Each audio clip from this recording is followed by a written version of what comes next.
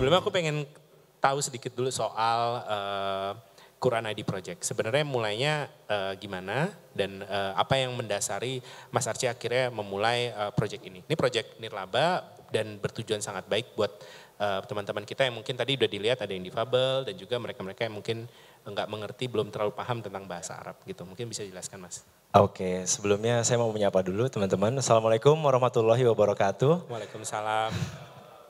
Alhamdulillah senang banget hari ini bisa diundang ke acara yang luar biasa ini. Terima kasih Bang Permata dan juga Great Mind yang juga sudah mengundang saya. Dan makasih Mas David atas pertanyaannya. Jadi Quran Indonesia Project ini saya mulai di tahun 2014. Awalnya itu berdasarkan keinginan sendiri, kebutuhan sih. Lebih kebutuhan mendengarkan audio dengan bahasa yang saya pahami, yaitu bahasa Indonesia. Karena audio yang ada saat itu bahasa Arab gitu yang saya kurang paham, jadi saya kepingin tahu artinya tuh apa sih sebetulnya, sehingga itu bisa diaplikasikan dalam kehidupan dan itu menjadi benar-benar pedoman hidup kita.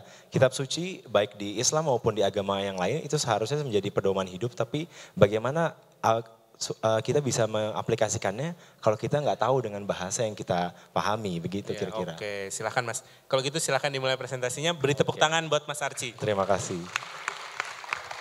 Nah, kolaborasi dengan teman tuli saya mikir gimana mereka bisa mengakses karya yang kita bikin ini, yaitu karyanya audio, mereka nggak bisa dengar.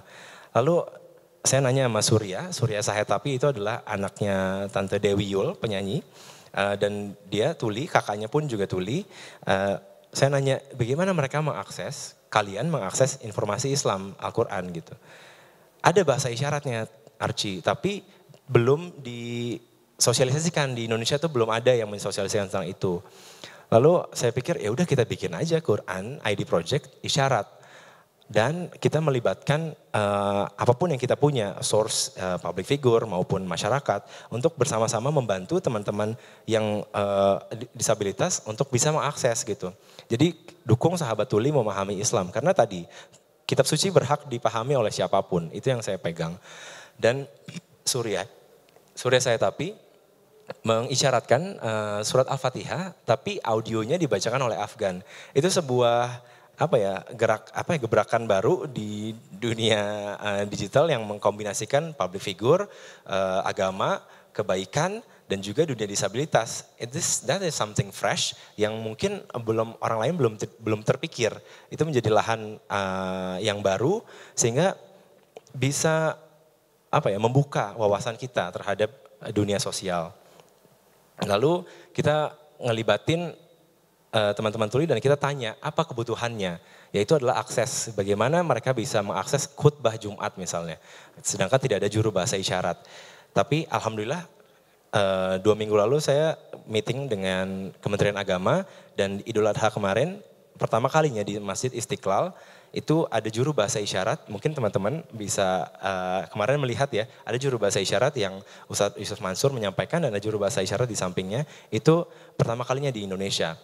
Dan hal-hal seperti itulah yang saya ingin untuk lakukan gitu.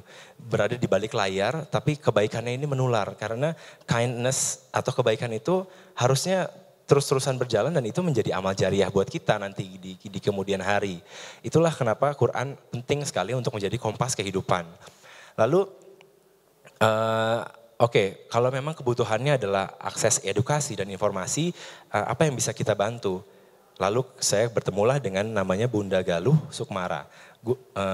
Ibu Galuh ini mendirikan sekolah tuli, beliau pun juga tuli. Jadi saya mau cerita sedikit tentang Bunda Galuh. Beliau ini umurnya 40 tahun lah gitu. Waktu dulu dia kuliah di UGM itu menempuh kuliahnya selama 10 tahun. Kenapa? Beliau tidak mengatakan kepada sekitarnya bahwa beliau tuli. Jadi dia bayangkan kita harus membaca bibir seorang dosen dari kejauhan seperti ini misalnya. Saya ngomong seperti ini, saya tidak bersuara, apakah Anda mendengar? Saya ngomong seperti ini, saya tidak bersuara, saya tidak mendengar suara, apakah kalian mendengar? Apakah kalian paham apa yang saya sampaikan seperti ini? Tidak kan? Tidak kan? Nah itu begitulah yang teman-teman tuli rasakan di dunia dengar. Dan kita sebagai orang dengar itu rasanya belum terlalu peka dan belum terlalu tahu. Literasinya di masyarakat belum begitu tinggi bagaimana menghadapi teman-teman tuli, teman-teman tunanetra, teman-teman daksa, teman-teman disabilitas yang lainnya, cerebral palsy dan juga autism dan lain-lain. Jadi akhirnya kita bikinlah sebuah campaign lagi.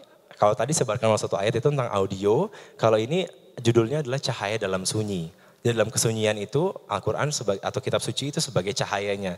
Mereka tetap bisa merasakan arti takbiran saat itu. Momentum yang kita ambil waktu itu takbiran di Lebaran tahun yang lalu.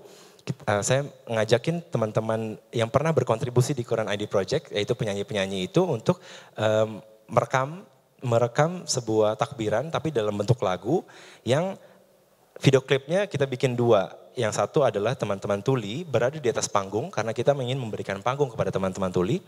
Yang kedua video klipnya adalah teman-teman artis ini berbahasa isyarat.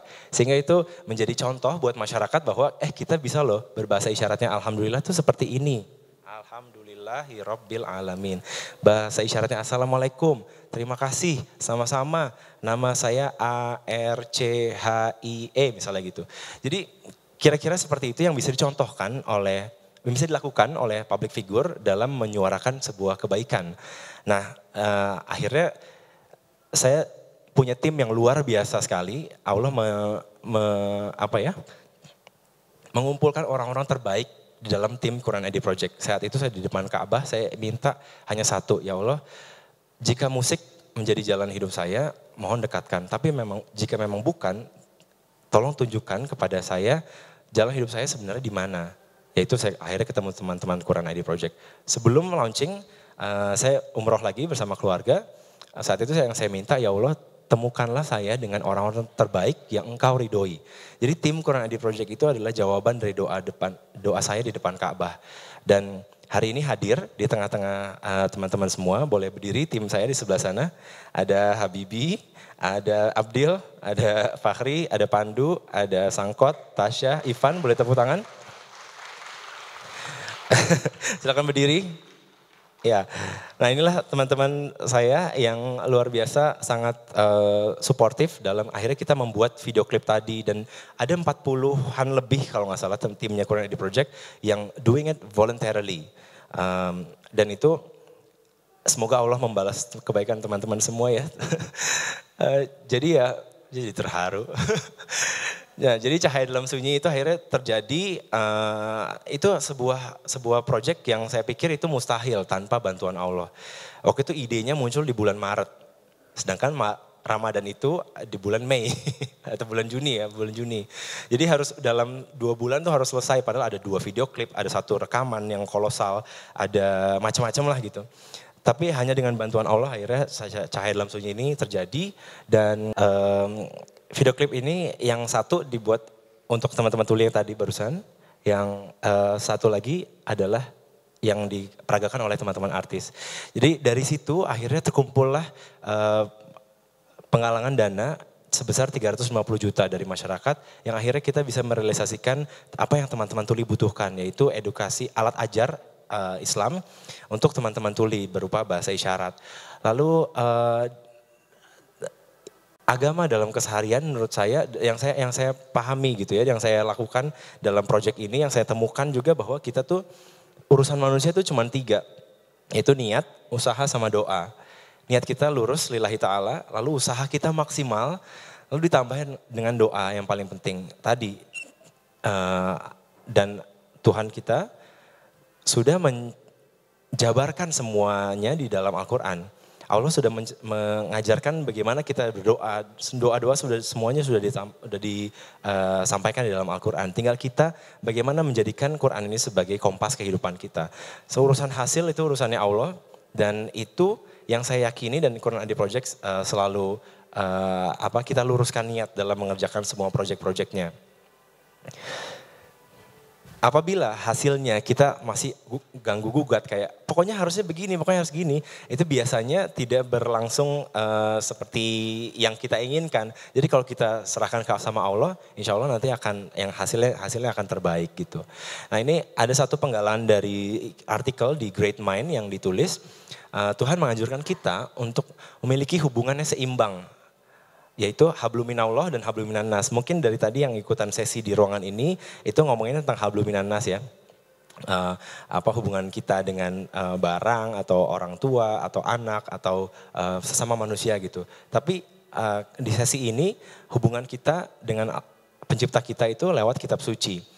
Jadi arti kekayaan bagi pemeluk agama menurut saya yaitu agar kita punya keseimbangan dan juga bermanfaat. Karena bagaimanapun juga manusia yang paling baik itu adalah yang bermanfaat buat orang lain. Dan itu adalah hadis Nabi Muhammad SAW. Tanpa keseimbangan tidak ada keharmonisan yang akan membuat kita merasa bahagia dan yang paling penting ujungnya adalah berguna bagi sesama.